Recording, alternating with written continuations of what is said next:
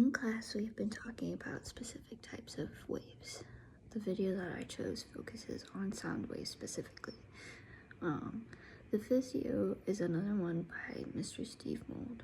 At the beginning, Steve Mould talks about the differences between transmitting sound and reflecting sound and what covers this fact, specifically when it comes to the mediums that are reflecting and transmitting.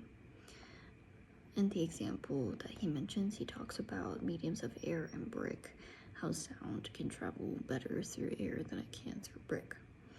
The more different the medium, the more sound is reflected. The more similar they are, the more sound is transmitted. We've seen this fact displayed in other discussions of different types of waves, specifically light. In our light wave diagrams, this fact is shown well with different mediums, where we show an example with air, and then we show an example with something like glass or with water. The light ray is affected differently, and so we see a very close similarity with sound waves and light waves when it comes to mediums. Next in the video, Steve Mould brings up what acoustic impedance is, and he defines it. Acoustic impedance is the amount of resistance to sound waves that a medium has. After explaining the basics of sound waves, Steve Mould goes into the human anatomy of hearing and how we can process sound waves.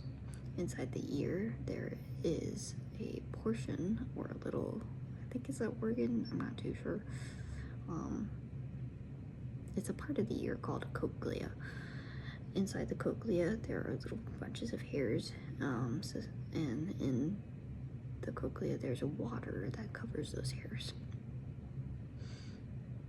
The hairs move when the liquid moves, and that is what causes us to hear.